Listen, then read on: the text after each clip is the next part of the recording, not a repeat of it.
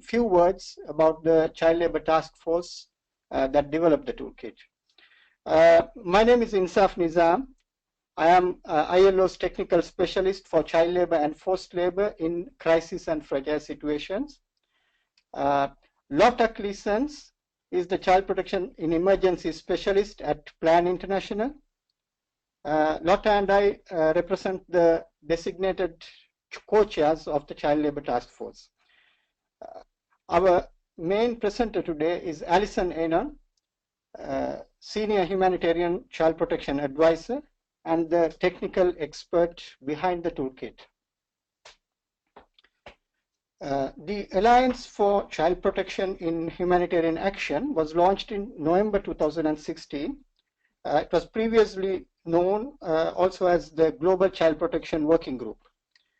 It brings together leading international, regional, and national organizations working in child protection with the overall goal of ensuring that the efforts of national and international actors are of high quality and effective in protecting children in humanitarian settings.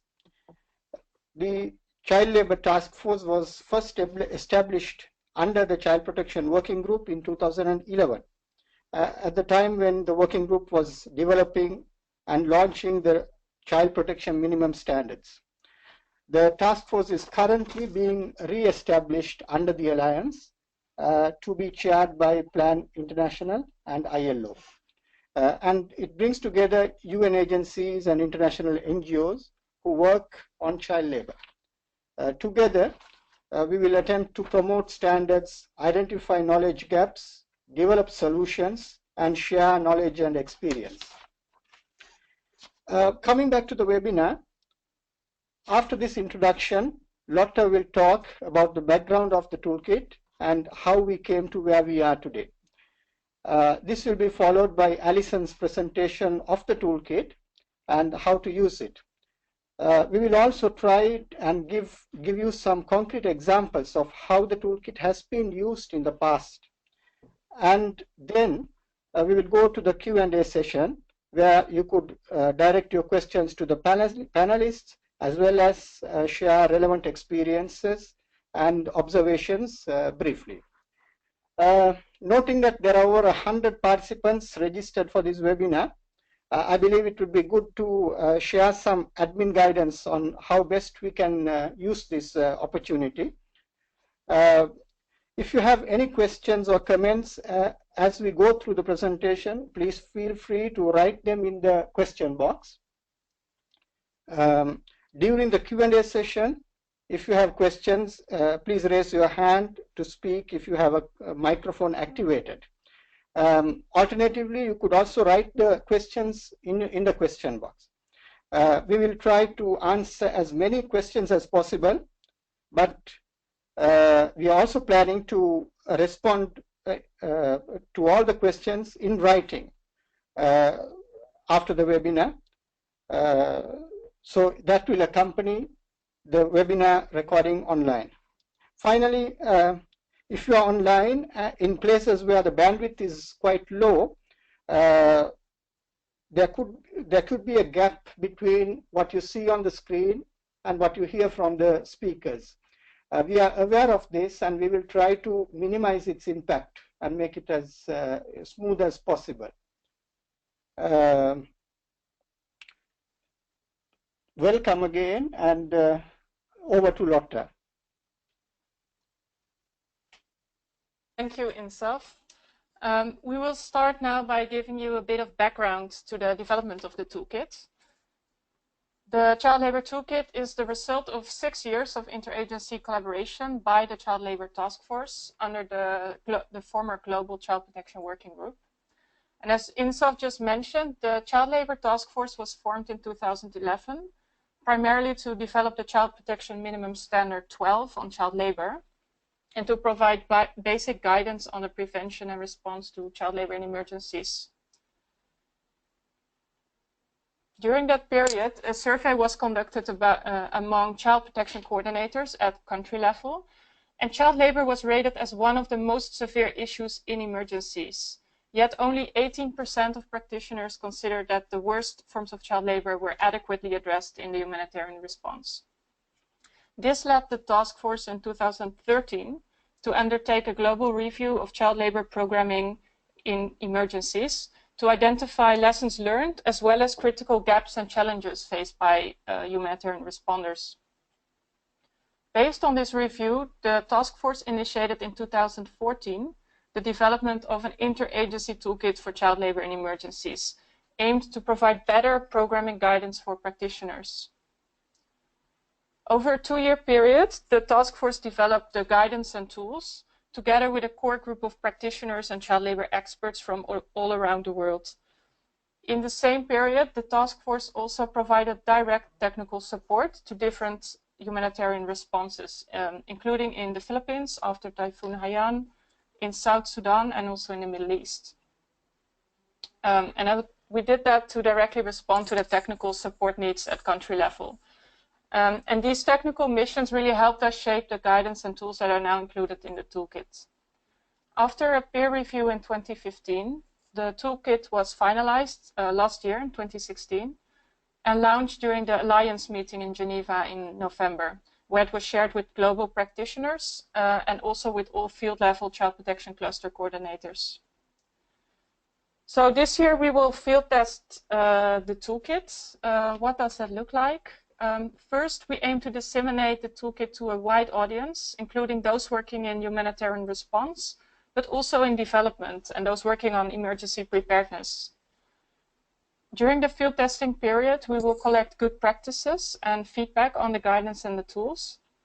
And along with this, we will also provide technical support. So for example, when agencies or interagency child labor task forces want to get started with the toolkit, we provide remote technical support, for example, to help select relevant tools, but we can also support in developing or reviewing child labor strategies or context-specific tools and guidance.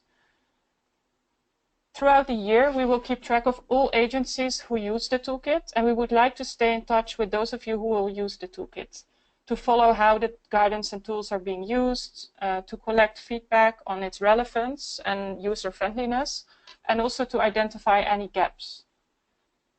Along the way, we will also aim to collect existing guidance and tools that may be relevant to include in the toolkit. By the end of this year, we will finalize the toolkit based on all the feedback and learnings from the field testing phase.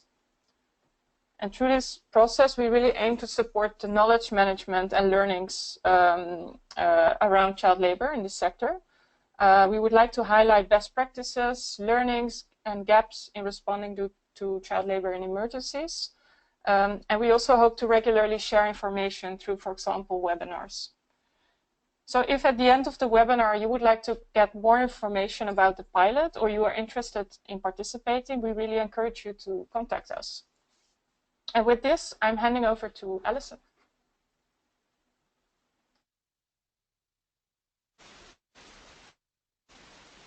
Thank you, Lotte. I hope you can all hear me okay. I'll now be talking you briefly through the toolkit and how it was developed. As Lotte mentioned, the Global Review of Practice in 2012-2013 highlighted a significant gap in technical guidance. There was limited agency-specific and no interagency agreed guidance on how best to address child labour in emergencies. But given the nature of child labour and the range of actors who are often involved during a response, developing interagency guidance, which looked across sectors, was a necessity. The purpose of the toolkit is to support child protection programme managers, advisors and coordinators to set priorities, design strategies and implement activities to address and prioritise child labour interventions during emergencies. Strengthening situational analysis to improve the understanding of present and future risks if there is no intervention. Coordinate with humanitarian, government and development actors across sectors to address child labour as part of system strengthening and to ensure no harm done during a humanitarian response inadvertently worsens level of the severity or scale of child labour. When we started writing the guidance in 2014, child labour wasn't really recognised in many contexts as a priority. child protection need. And because it wasn't commonly being addressed, there wasn't a huge amount of experience and best practice to draw from. So in the time it's taken us to get to this point, we have had considerable reflection on the content and the format from a wide range of practitioners. And being that much of the guidance is new or adapted from development child labour programming for humanitarian contexts.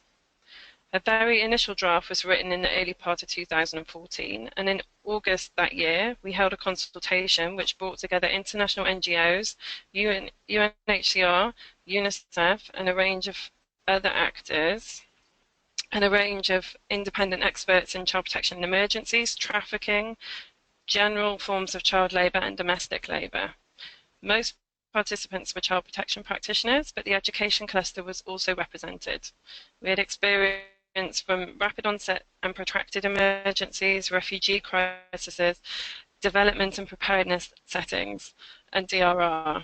During the consultation, we used case studies from Jordan, the Philippines, and South Sudan to discuss and develop the key actions we would expect to take in these contexts to respond to child labour effectively. We then focused structured discussion on developing coherence and consensus to some of the big technical questions. So how do you decide whether child labour is a priority and should be responded to in your context? How do you prioritise the different types of child labour and emergencies? How do you take a systems approach whilst addressing urgent operational needs? What are the minimum levels of information and assessment that you need to organise different interventions? And how best do you collect that data? And how best do you provide an intersectoral approach?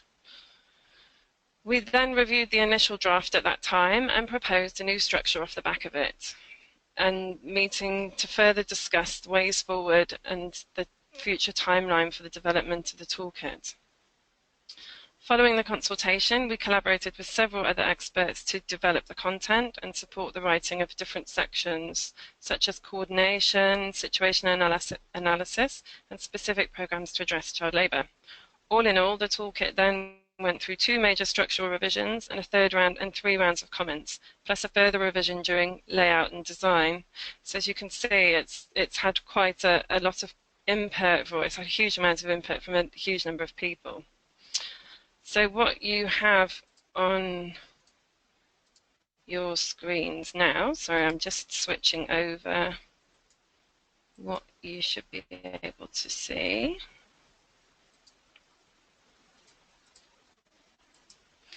So what you see now on your screens is where we have got up to, and hopefully you've managed to look at it before today, but if you haven't, we're going to go through now some of the key sections and outline some of the key ways to use it.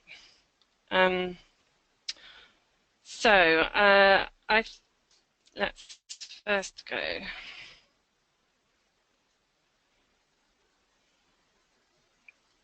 So I'll first just mention that we recognise and identify there are still lots of improvements that can be made to the toolkit, and this is precisely, as Lotta's mentioned, we're field testing it and gathering feedback over the coming year. It's a relatively new area of global technical guidance, so we're learning all the time, and we want the finalised version to be as strong as possible, with guidance that reflects best practice, but also the realities of addressing child labour and emergencies. As we all know, this is hugely challenging. So on to the most interesting part, the toolkit. As you can see, the toolkit is split into 4 main sections. Section 1 is the introduction, which includes both an introduction to child labour and an introduction to the toolkit itself. Section 2 is about ensuring a quality response, which is packed full of useful information to help you coordinate, conduct the most appropriate situation and analysis for your context, plan a strategy to meet the needs of child labourers whilst also considering operational constraints, and ensure you have the right support in place. Section 3 then reflects the key programme actions that can be taken in a range of settings you may be faced with or able to consider during your response. Preparedness, immediate rapid onset actions, the specific context of refugee crisis, working in a programme where mainstreaming actions to reach and include and target child labourers through child protection, education and livelihoods may be more feasible than implementing a specific programme to address child labour, which is the final subsection of Chapter 3. And section 4 is the all-important tools, which are cross-referenced and linked throughout the toolkit. So the first and major, just to mention here also that the contents is interactive. So you click on a section of the contents and it will take you to the relevant bits. So the first and most important section of the toolkit is how to use it. And here we explain the icons that we use throughout the toolkit and the color-coded phased approach that we take during the toolkit. We've decided to mirror common humanitarian phasing, often taken during situation analysis, to ensure that appropriate actions are taken during the different phases of an emergency.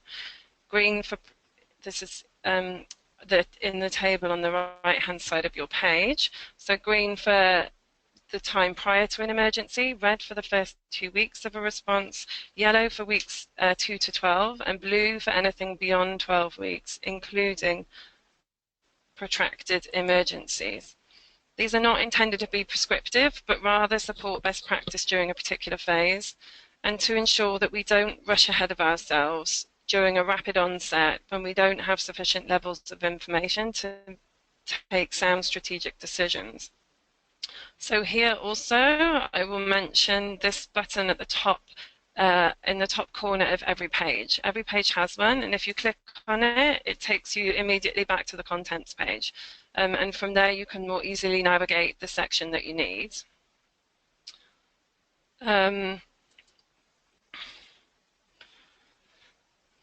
This introductory section also goes on to, sorry. So we recognize that there's huge amounts of information in this toolkit. So if you're unsure of which part of the guidance you need, or you're in a rush and you don't have much time to trawl through the whole document, we've developed a flow chart to help you find which part of the guidance is going to be most useful for you. By simply answering yes or no and following the links, you'll find what section you require. So this is all hyperlinked on the right-hand side. So if you're an economic recovery actor, you can just click straight to the section on mainstreaming child labour through economic strengthening and recovery activities. Hopefully that's a useful tool to navigate some of the large volumes of information we have. Similarly, if you're in the middle of a crazy big response, as we know many of you are, we have developed a summary matrix in Tool 4 on page 78, which outlines the main must-do actions for each of the main program components, such as coordination, situation analysis, planning, and mainstreaming. So if you literally have only half an hour to look at one thing in the toolkit to consider child labour, look at this, because it outlines just the key top-line things that need to be considered during a response. And you'll see it just takes you straight back to the contents page. So the introduction chapter then goes on to explain the key concepts of child labour and its worst forms, some of the international instruments, the risk and vulnerability factors, and the causes and drivers of child labour and emergencies. It uses 2 case studies, one from the Philippines and one from Lebanon, to show how humanitarian crisis has exacerbated existing patterns of child labour, weakened capacities of formal and informal systems, and provide the conditions for new risks to emerge. If you know and understand the basics of concepts of child labour and you're comfortable with it as a topic, you can skip this whole section, but it can be also useful to develop awareness and training materials. Although not to reinvent the wheel, Tool 6 it's a compiled list of messages from a variety of contexts globally for parents, children, employers from previous emergencies, and also to note that the former Child Protection Working Group have developed face-to-face training package on child labour in 2013, which we'll put the link up for later. So if you're looking for training materials, there are already some that have been written. So moving on to section 2, which aims to support quality responses. This section starts with coordination. Coordination needs to underpin any response to child labour in humanitarian action, as no one agency or sector can respond to child labour alone. Coordination was also one of the more challenging elements of response that was highlighted in the 2013 review. Here in this chapter, we outline 5 key principles for everyone to support effective coordination for a child labour response. This section is supported by Tool 5, which is a coordinator's checklist for those who are more involved in facilitating coordination. And also Tool 11, which is a full list of key actors and their mandates. One of the things that was also highlighted in the review was that during the initial phases of coordination, many of the traditional child labour actors weren't often present in a humanitarian response, and that then inevitably delayed an effective response to child labour from the beginning. So by identifying and including all of the relevant child labour actors in humanitarian response from the beginning, we hope to address some of the challenges moving forward. So the next subsection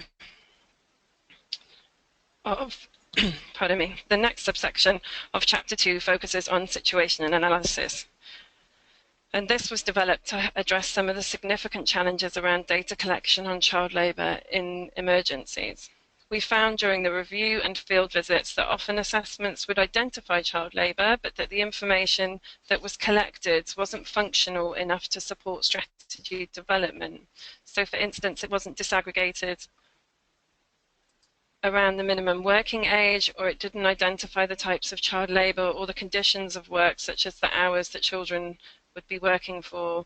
And these are some of the key pieces of information that you need to be able to distinguish acceptable work from child labour, from some of the worst forms of child labour, such as hazardous labour. So this section has been structured around the different phases of response and covers the main components of situation analysis, secondary data review, assessment, situation monitoring, and response monitoring. Within the section on assessment, we cover integrating child labour into initial rapid assessments, child protection rapid assessments, and other assessment processes such as agency-specific assessments or other sector assessments. It has a range of tools in terms of disaggregating data, but also how to adapt your frameworks.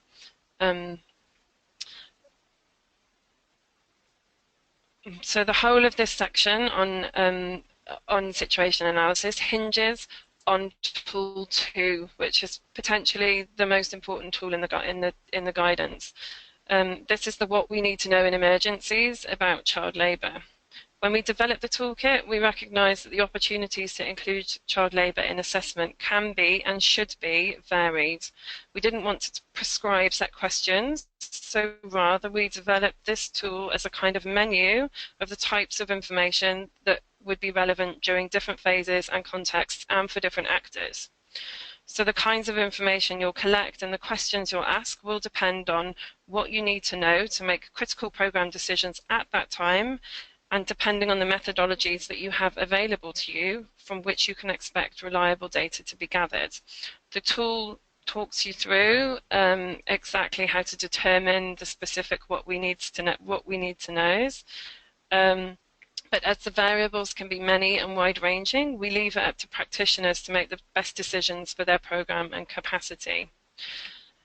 So here again, it's structured along the timeframes, and you see it's quite a colourful table that you're faced with. Again, it's worth noting that the timeframes are not meant to be prescriptive, but to develop good practice and use a common sense approach. If you're in a protracted crisis and your secondary data review doesn't include child labour, but it's a growing concern, you're clearly way beyond preparedness and the initial 2 weeks of a response. We suggest that you do a secondary data review on child labour, but nevertheless, it will still need to be done. So the timeframes are just advisory.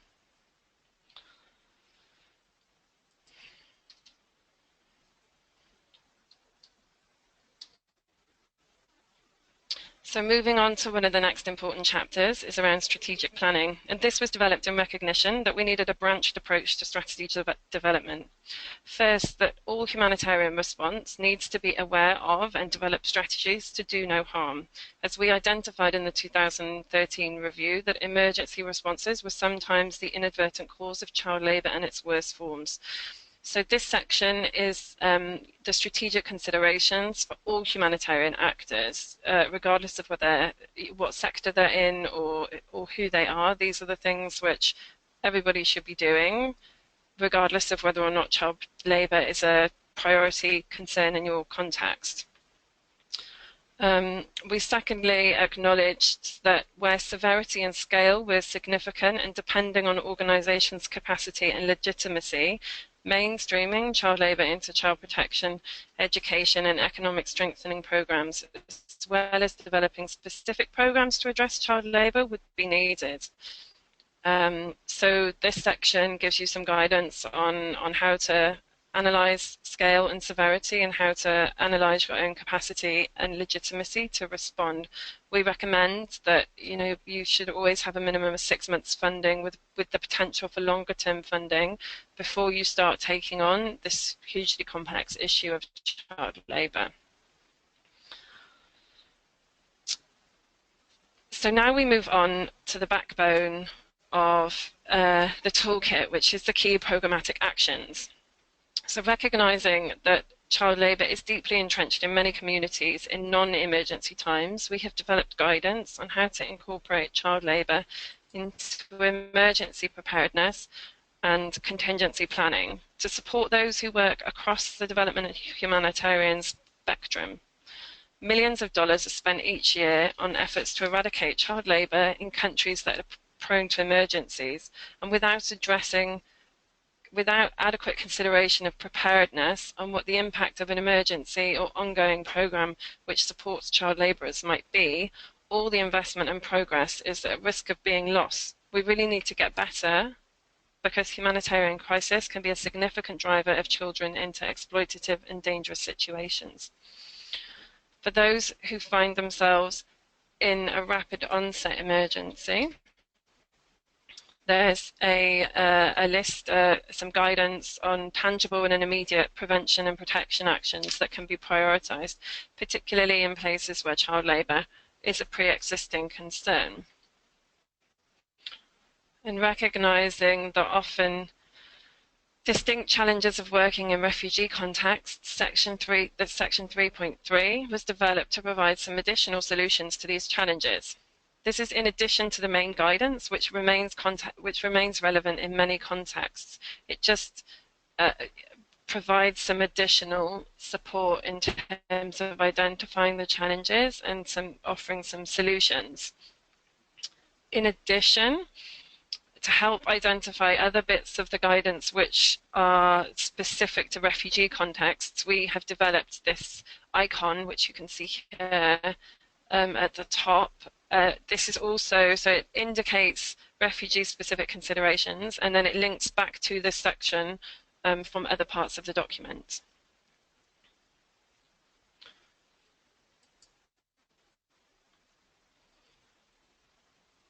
So moving on to the principles, the principle of mainstreaming, which is a key issue that we've integrated in this toolkit. So the next 3 sections were developed on the principles of mainstreaming, recognizing that in many contexts, planning, funding, and implementing a specific program to address child labour in an emergency isn't possible, and that mainstreaming offers the best chance of extending services to working children that would otherwise be excluded. The child protection subsection mostly mirrors the structure of the child protection minimum standards, its program strategies, and the child protection needs. It begins with a section on improving child labourers' access and inclusion in child protection programs and services, which is relevant to almost all contexts. It then gives guidance for particular program strategies. For instance, if you're implementing a case management program, which wants to better meet the needs of child labourers, there is guidance here which can help you develop appropriate case plans and response strategies for individual children, as well as how to manage caseloads where there are large numbers of working children in need of support. Tool 7 supports this section on case management with additional guidance on safety planning. Another example is if you're running a child-friendly space.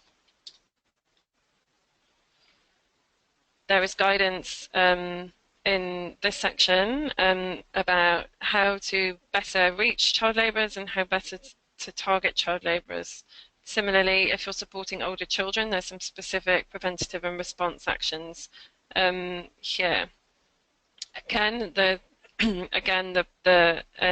section on improving access to all CPIE services for working children is hugely relevant to all child protection programs. We've also included, as we recognise the key considerations when child labour and other vulnerabilities that children face interconnect. So again, this highlights and structures the minimum standards.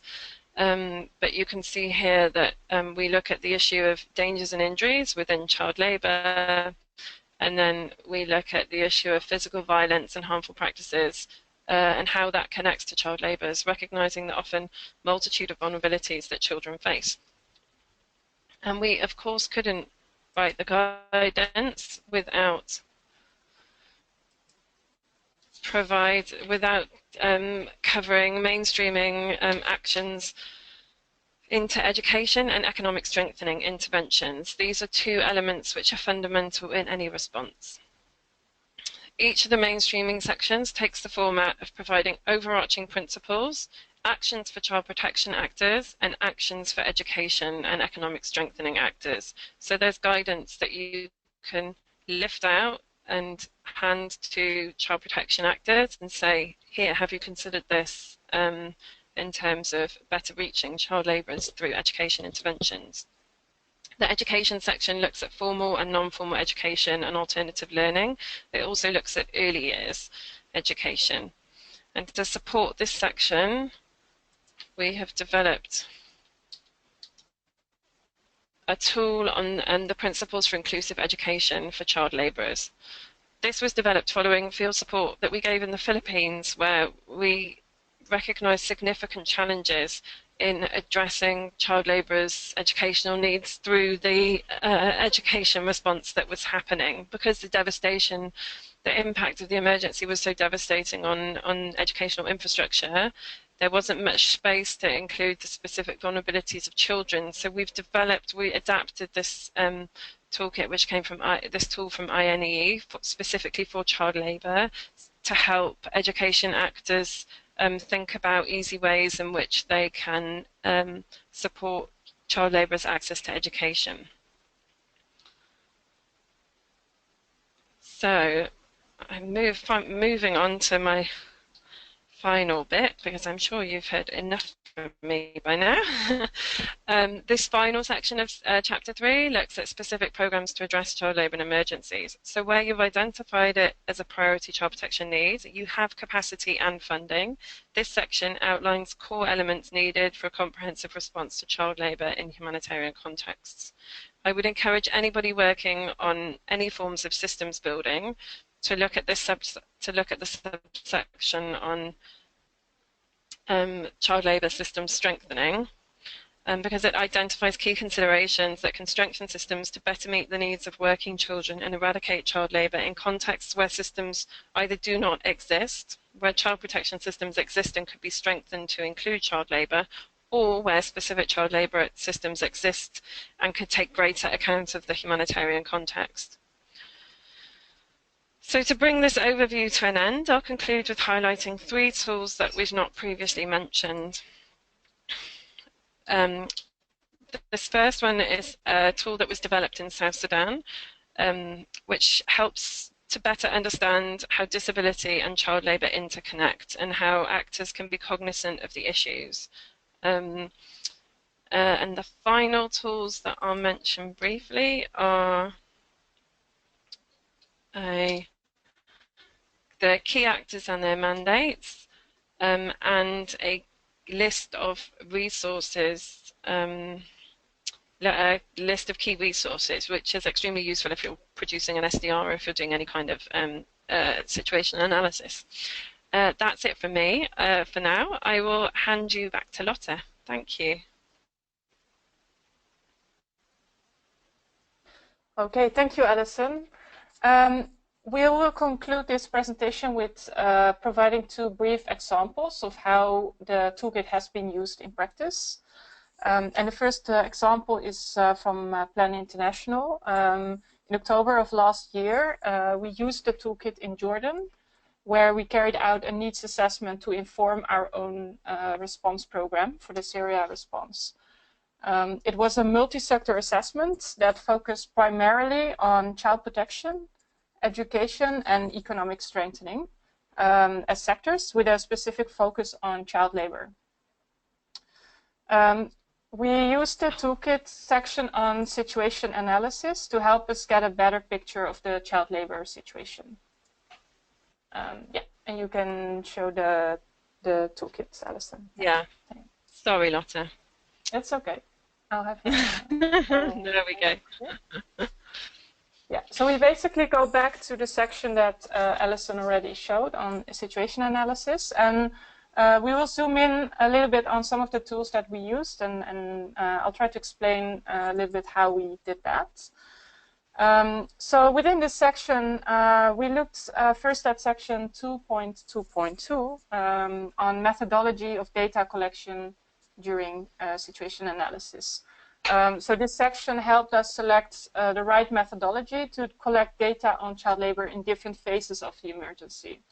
So, for example, as Alison just mentioned, in the first phase of an emergency, it's suggested to conduct a desk review to analyze the already existing data on child labor, or, for example, to integrate specific child labor questions into the initial rapid needs assessments, for example, the MIRA. Obviously, given the long duration of the Syria crisis and the availability of a wealth of information on child labor in Jordan, we decided to start with an extensive secondary data review coupled with primary data collection. So the section on the secondary data review that you see below is it's all about the collection and analysis of existing information. For example, national level data and policies, previous needs assessments, agency and sector-specific evaluations. Essentially, it brings together all existing information that can help you build a picture of the child labor situation before and during the emergency. I would say it's highly recommended to conduct a secondary data review, both during preparedness and in the response, because child labor, and especially its worst forms, is often a very hard to measure issue. It requires us to really bring together data from different sectors and different sources, for example, related to labor policies, education, as well as the economic, social, and protection situation, in order to get a good picture of the scale and severity of child labor. So when we conducted the assessment in Jordan, we already knew that child labor was a priority issue in the context of the Syria crisis. As most of us know, the scale of child labor among Syrian refugee children is alarming, and most children that are working are thought to work in hazardous work and other forms of worst forms of child labor. So the purpose of our assessment was obviously not to determine whether child labor was a priority, but rather to collect more information on, for example, age and gender-specific patterns in child labor, to examine the existing services on national and local level, and to focus on what programmatic responses had worked and not worked before, to really inform our program strategy. So to come to a functional data set, we first determined what pieces of information we needed to collect. And in order to do this, we used tool 2, which is the what we need to know. And the what we need to know tool really helps you to design your assessment framework. It presents different pieces of information that you need to collect to get a functional data set with sex and age disaggregated data. So if we scroll down a little bit, you'll see that each what we need to know piece provides sample questions that you can include in your situation analysis. So for example, to start with the first what we need to know, it tells you that you should have basic information about the national legal framework for child labor. For example, what is the minimum legal working age? Under what conditions may children below the age of 18 perform work, etc. So for our assessment, we selected quite a broad number of what we need to knows that we thought were relevant to the purpose of our assessment. And we selected questions that helped us to create a picture of, for example, the legal child labor framework in Jordan, the scale of the issue, trends among Syrian versus Jordanian children, girls versus boys, older children versus younger children. And we also looked at the correlation between child labor and availability and quality of child protection, education, and economic services for families. Then we also used tool 3 of the toolkit, which presents sources of information for situational analysis. And that helped us to identify the main sources of information. And in our case, the majority of the information could be found quite easily through the secondary data review, because there was extensive information available. So we found good quality data on the legal framework, national child labor statistics, and various agency and sector-specific reports that helped us analyze the trends and patterns of child labor over the past years. Of course, there was also information that we couldn't find during the secondary data review, such as how humanitarian interventions worked differently for girls and boys, or what effective integrated support should really look like to prevent and respond to child labor. So to collect more information on these specific questions, we chose to collect our own data.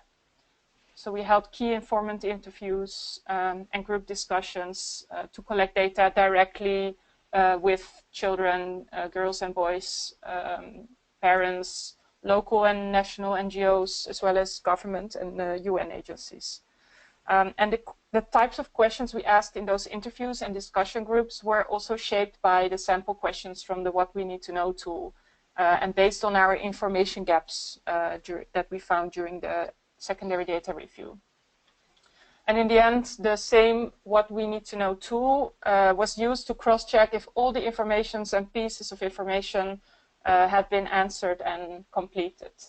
And I must say this tool has really helped us to get a good and complete picture of the child labor situation.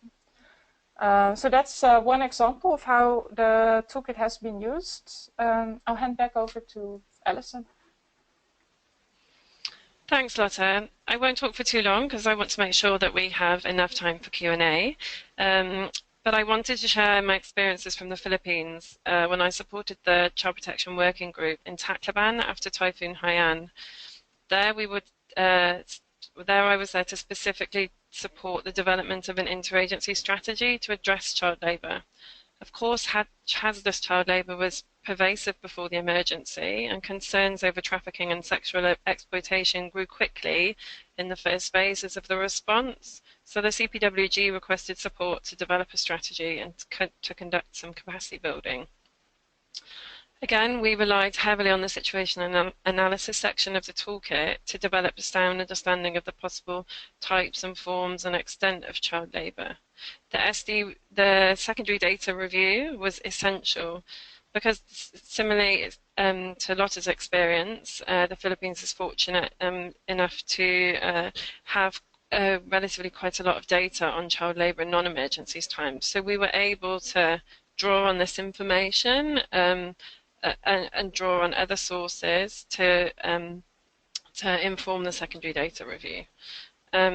We weren't able to conduct a specific assessment using the guidance as either part of the CPRA or to develop a specific child labour assessment.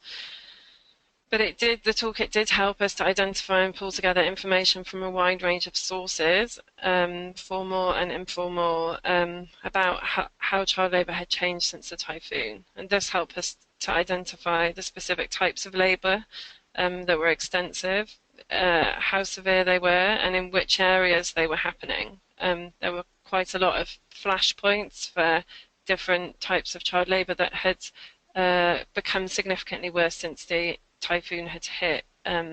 So we were able to identify these, which then allowed for more targeted responses.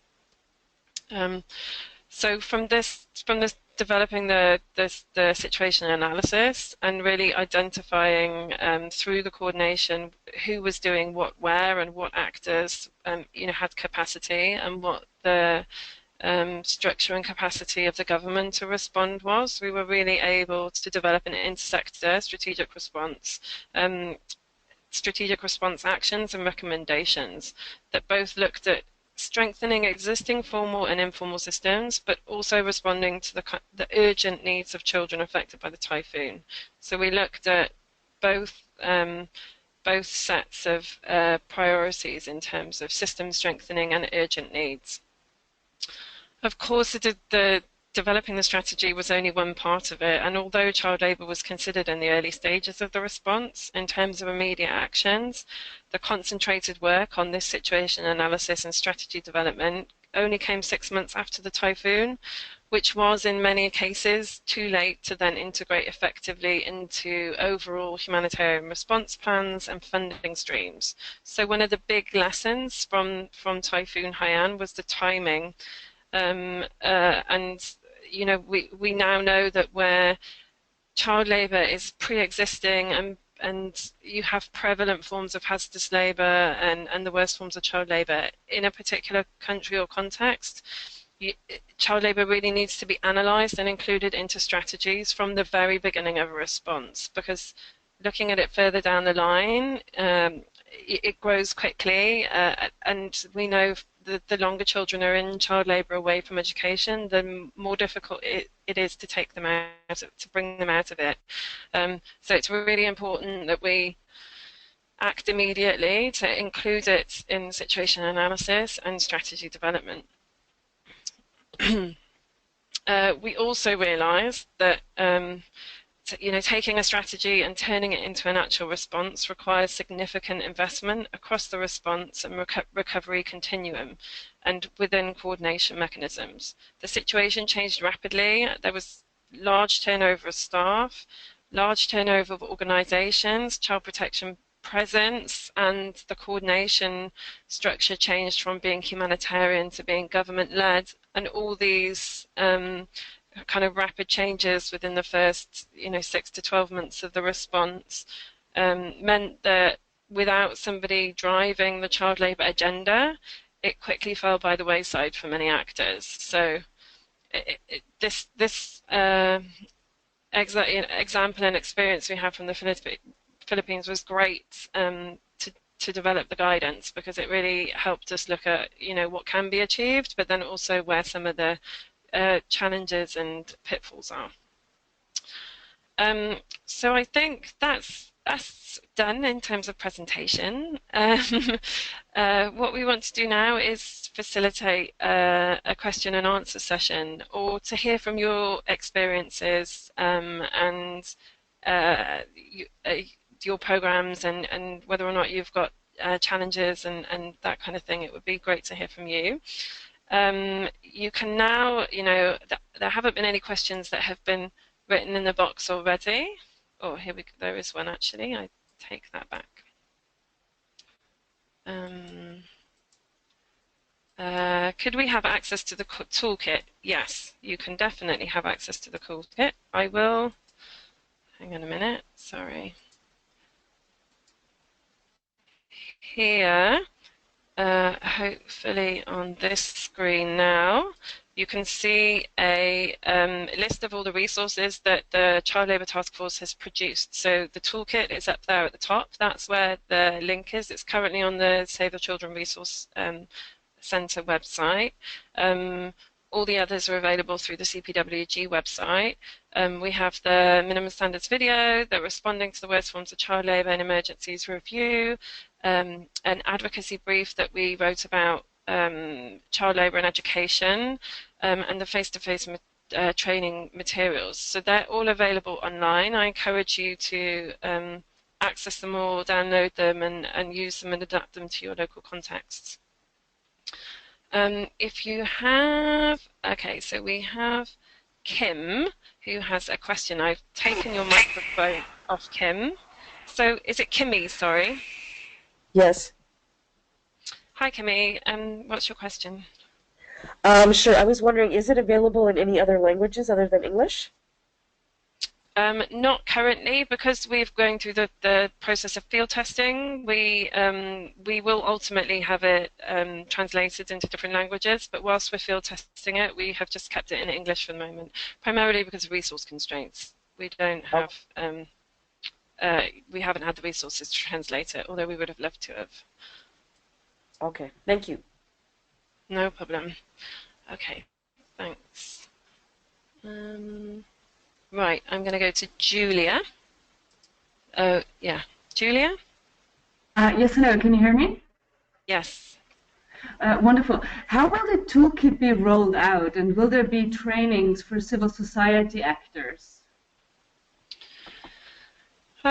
So whilst we're currently in the field testing phase, our plan is to roll it out through field testing. So, you know, we have and are in the process of reaching out to people to gather their opinions and guidance and thoughts on the toolkit as is currently, and then we'll do more structured interviews and that kind of thing. We keep a log of everybody that we're in contact with. In terms of once it's finalized and the rollout for once it's finalized, perhaps Lotta can jump in here, but I don't think we've got that far in terms of the finalized product. Yeah, Lotta, do you maybe I can add.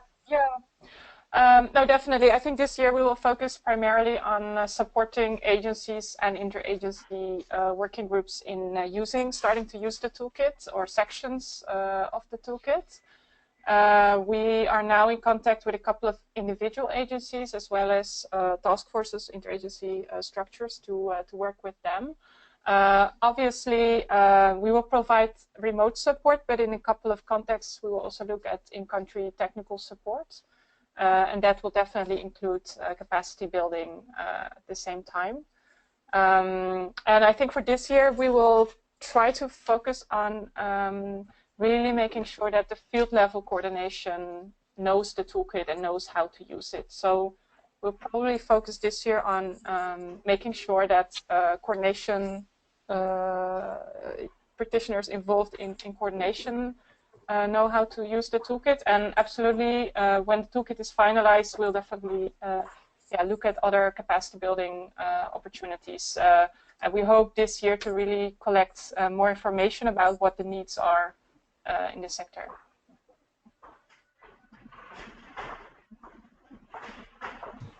Thanks, Julia. I will go to Maya next. Hi, Maya. Can you hear us, or can we hear you? I guess. Yes, I can hear you perfectly. I'm not sure if you can hear me though, because my microphone doesn't always work. We can hear you. That's fine. Okay, great. I just wanted to say that I was really happy to see a section on case management.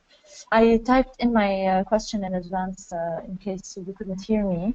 Basically, I was interested if you could expand on that section of the toolkit, what we can expect in terms of forms or tools or guidance for caseworkers and case management supervisors, if any, in the toolkit. Yes, I can. Let me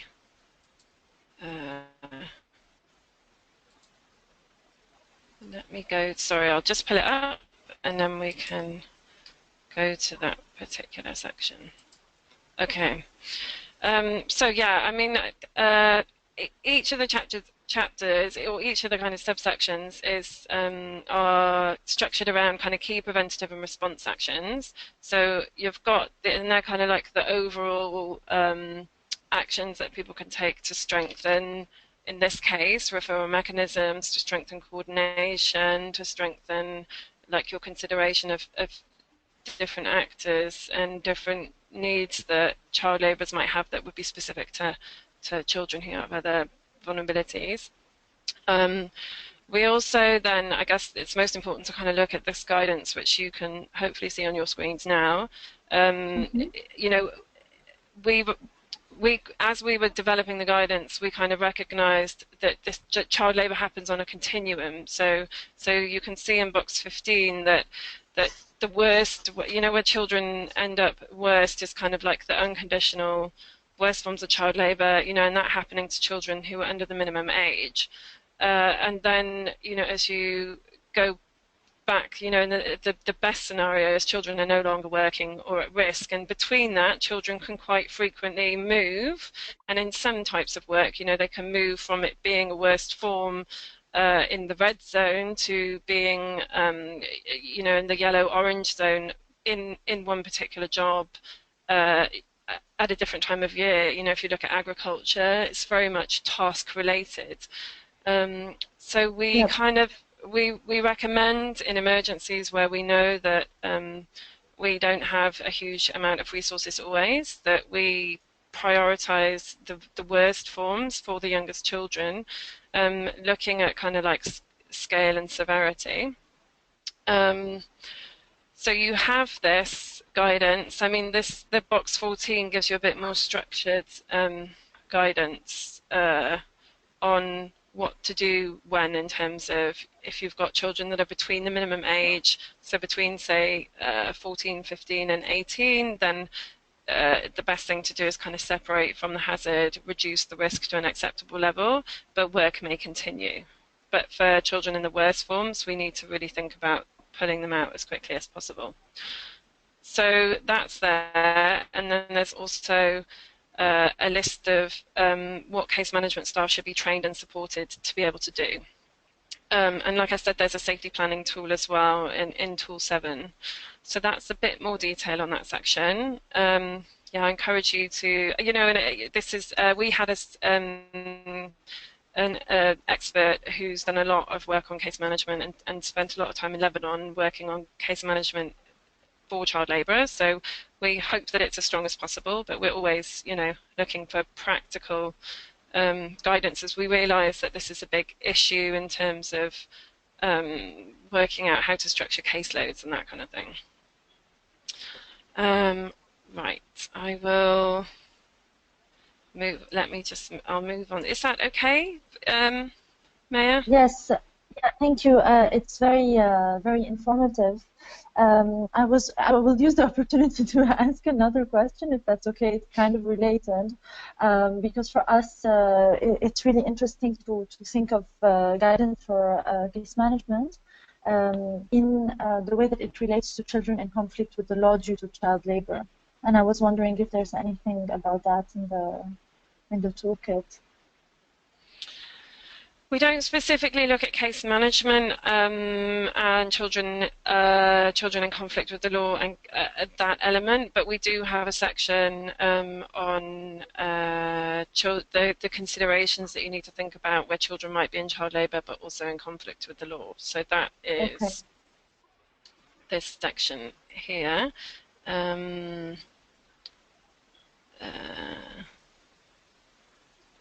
Justice for children. So it's a relatively short section, as you'll see, because it's not we don't have a huge amount of experience in programming, that we could draw from. So, but there is we worked on this together with the minimum standards team who was working on justice at the time. So there are some considerations there. If you've got any suggestions to strengthen it, we'd love to hear from you. Right, let's go to maybe some Thank you very much. No problem. Let's go to some of the questions that we have online. Yes, we will be in contact. So could you please write the names of the speakers? Is it possible to send out the PowerPoint and other relevant documents? Yes, the recording will go live.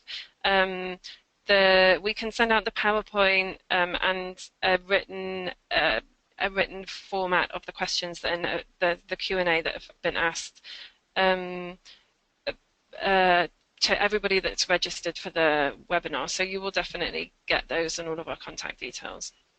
Is there a specific section dedicated to child labour related advocacy?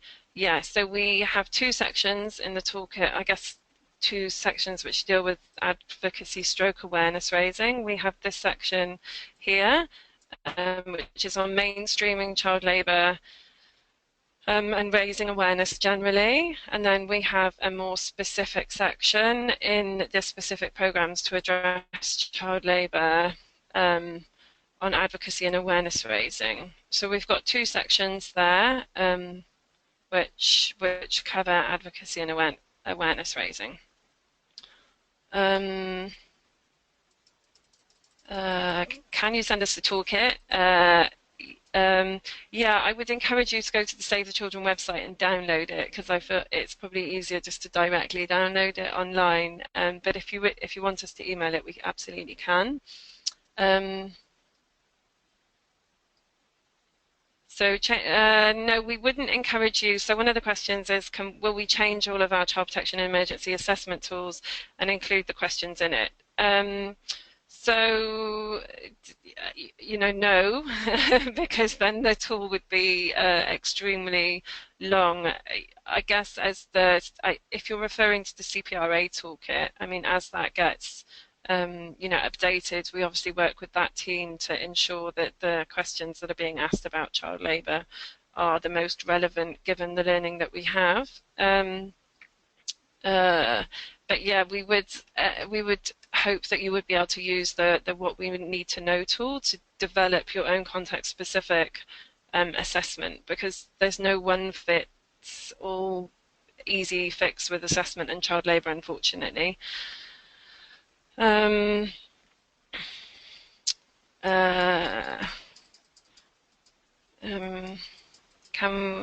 Yes, you can get the links later. Definitely, we'll be emailing out everything. There are no training plans specifically in the toolkit. Though we have developed the face-to-face training separately through the former CPWG. It is something that we could look at in the revision, but as of yet, there are no training plans as such, but there is a section on capacity building and thinking about through some of the things that practitioners need to know.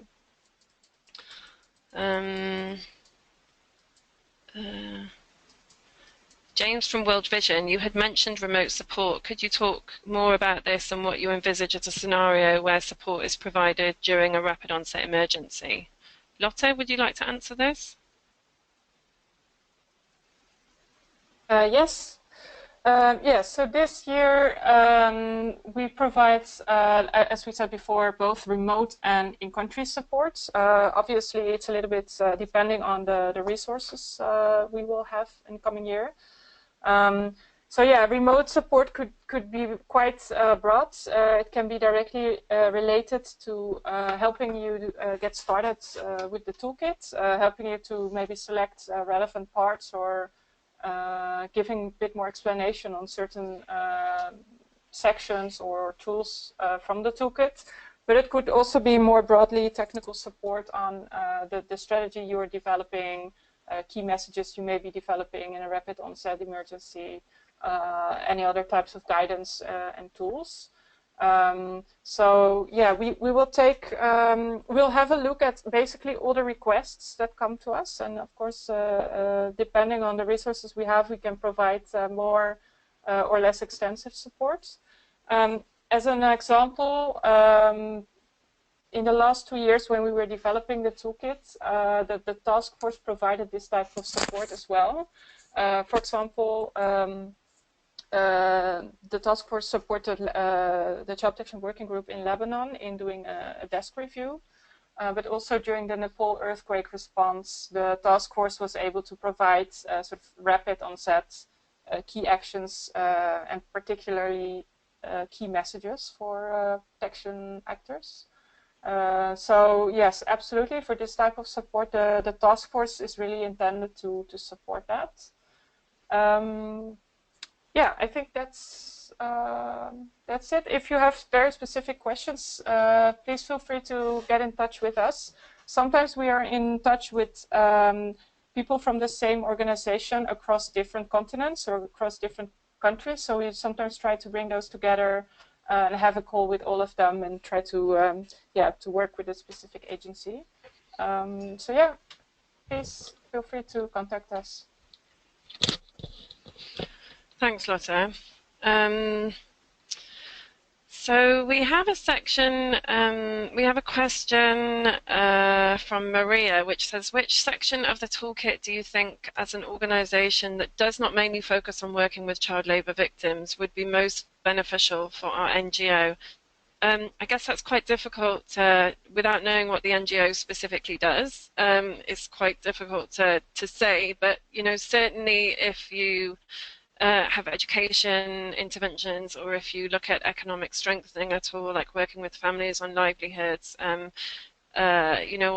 any other element of child protection, then the mainstreaming sections of the guidance are very useful, because they just give you, key preventative and response actions that you can take and just consider if you're an education actor, or if if you're working on anything to strengthen families' livelihoods. So I'd recommend the kind of section 3, the mainstreaming section, in that instance.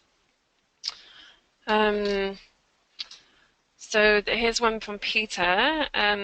It's specifically about the Syria crisis. So in many countries, we feel that humanitarian working groups are well placed to take on child labour. For several areas of the response outlined in the toolkit, the lead is clear: education, economic recovery, and livelihoods and child protection. However, what about specific interventions against child labour? Should the Child Protection Working Group always take the lead actions listed in this area?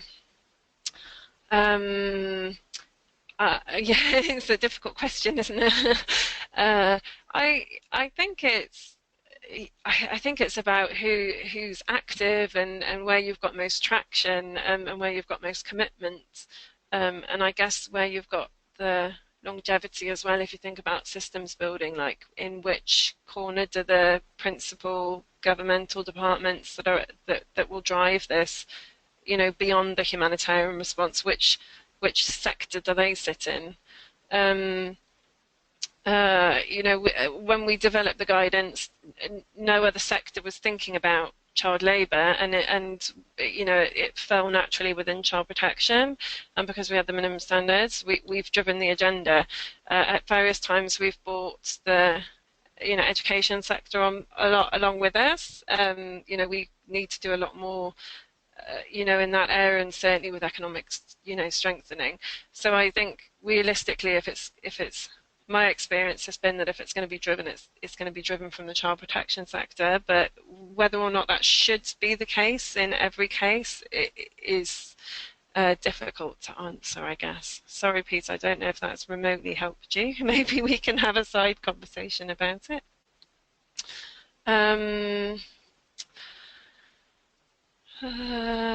So I'm just reading through some of the questions.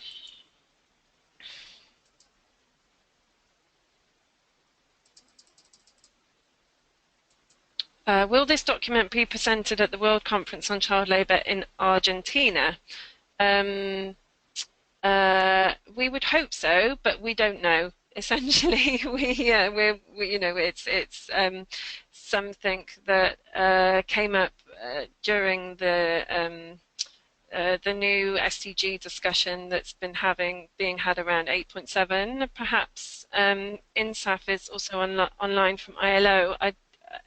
INSAF, do you have anything to add?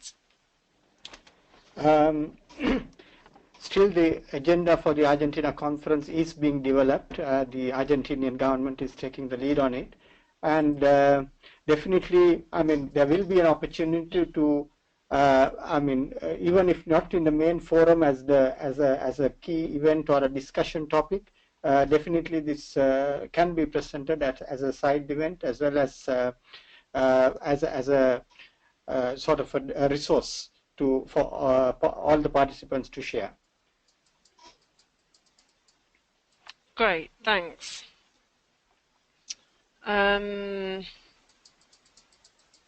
Is there a specific curriculum for psychosocial support and child labour? This is one of the issues that is covered in the toolkit. There's no specific curriculum as such, in terms of training, but we do have a section on psychosocial distress and mental health and kind of like the considerations of working children and PSS support. So there is some guidance there. We've tried to keep the tool. We recognise that these global toolkits can be very large and expensive, so we have tried to keep things short and sweet where possible. So you don't have reams and reams of guidance, but rather the key top things that you should be thinking about.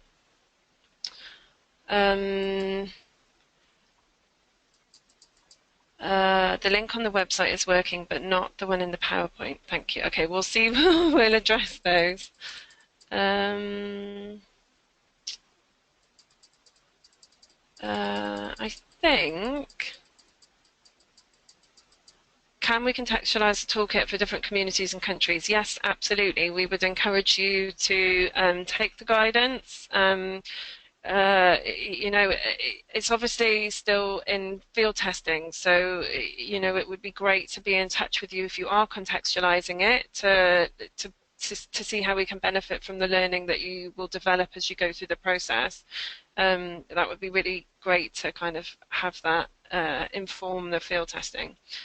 But yes, that's what we would hope, is that people would take, the advice on case management, for instance, and develop it locally to say, within our referral system, this is how we can better support child labourers through the system that we have. So, yeah, absolutely.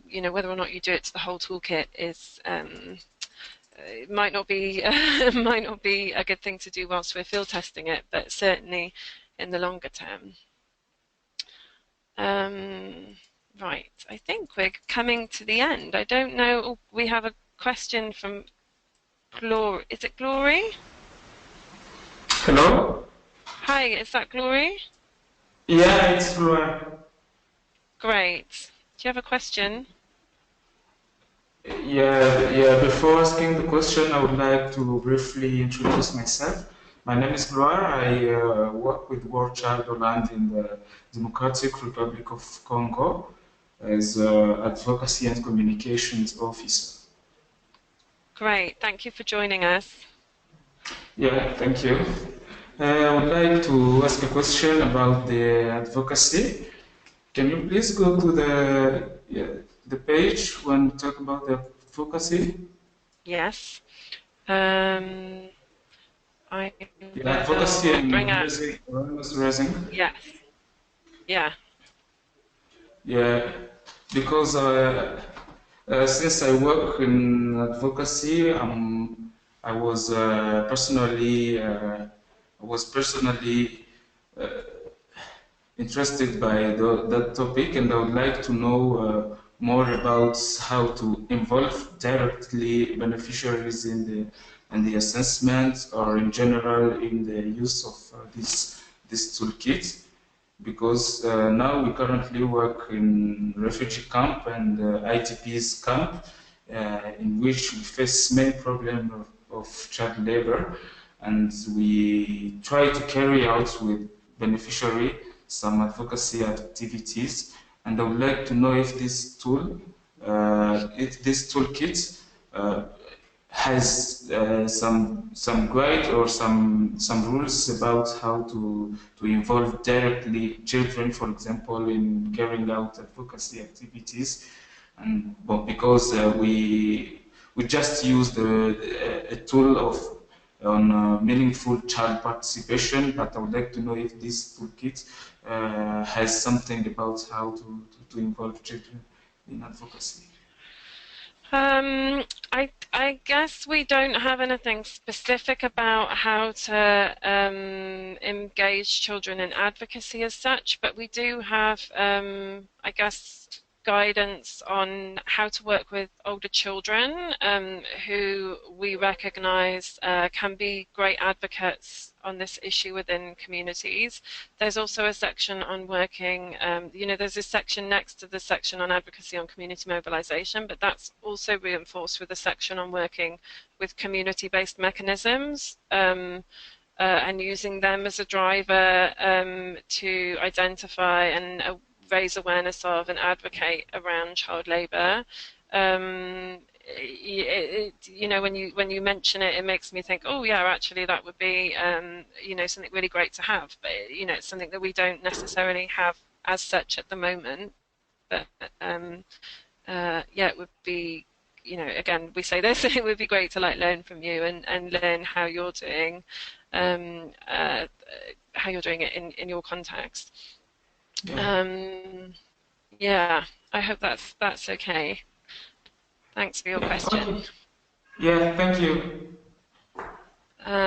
There's one question from Bashir. You've had your hand up for a very long time. I shall go over to you.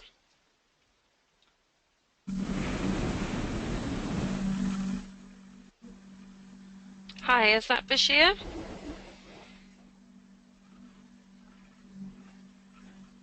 Hi Bashir, do you have your microphone turned on? I can hear background noise, but I can't hear you talk. I'm here. Thank you. So I already wrote my question, and it's about it was about contextualization of the toolkit in the different contexts, and you really answered it. So I'm fine with it. That's okay. Done. Okay, great. Thank you. Okay, I think there's one from Robert. Robert, are you online? Yes, I am. Hi, Robert. Can you hear me? Yes, we can hear you. Okay, I wanted to inquire on the refugee context, where we are having these children who support, like they carry food from the distribution point to the people's home, then they are paid. And when they are asked why they are doing that, they say in their household, the ration they get is not enough. So they have again to work for the other people by transporting their food so that they can have something additional for their family. How can such a case be handled in this scenario? It's funny you mention this because I was in contact with colleagues in Syria yesterday who are having this very same problem. I think if it's happening straight from the distribution site, then you need to be coordinating with the organisations which are providing the distribution.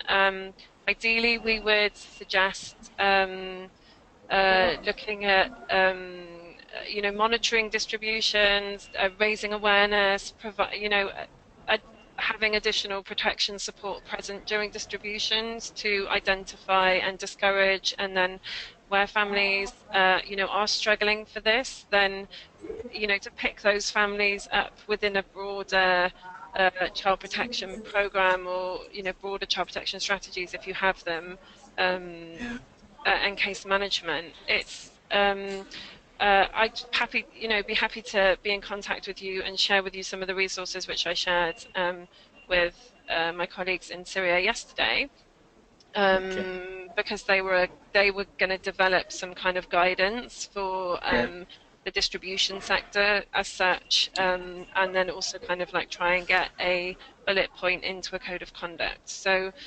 there's a variety of approaches you can take.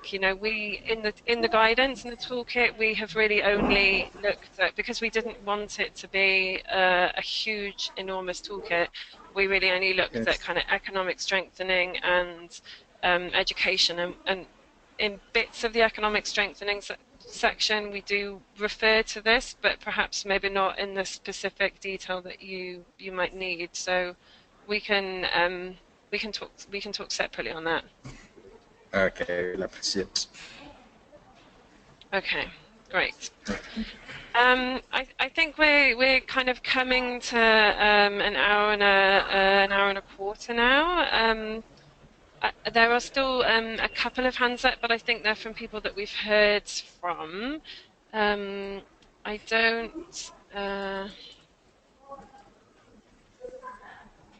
are some. Yeah, I think mostly we've answered all of the questions. If you have got any further questions, then quickly put your hand up. I'll take maybe one more or two more if there are any. Otherwise,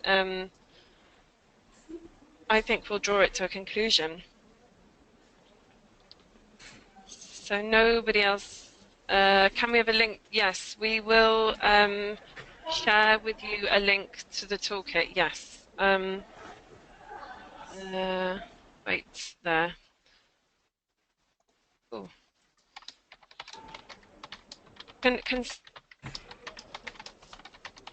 I can't actually do it from my screen at the moment because my screen is locked, but we will make sure that everybody who has attended and everybody's registered on the webinar has access to all of the resources and that the links work properly.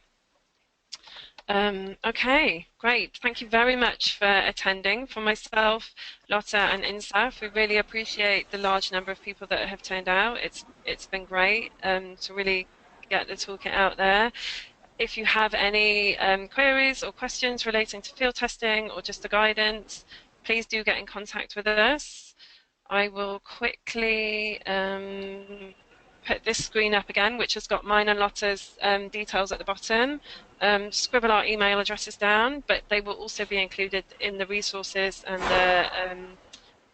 the details that you get from this webinar. You can also, of course, contact the Alliance for Child Protection and Humanitarian Action, who know our contact details well. So they'll always put you in touch with us if you have any specific questions around child labour that you need help with. So thank you very much, everybody. It's been a pleasure presenting the toolkit to you today. And we wish you well in your endeavours to address child labour and emergencies. Thank you. Thank you.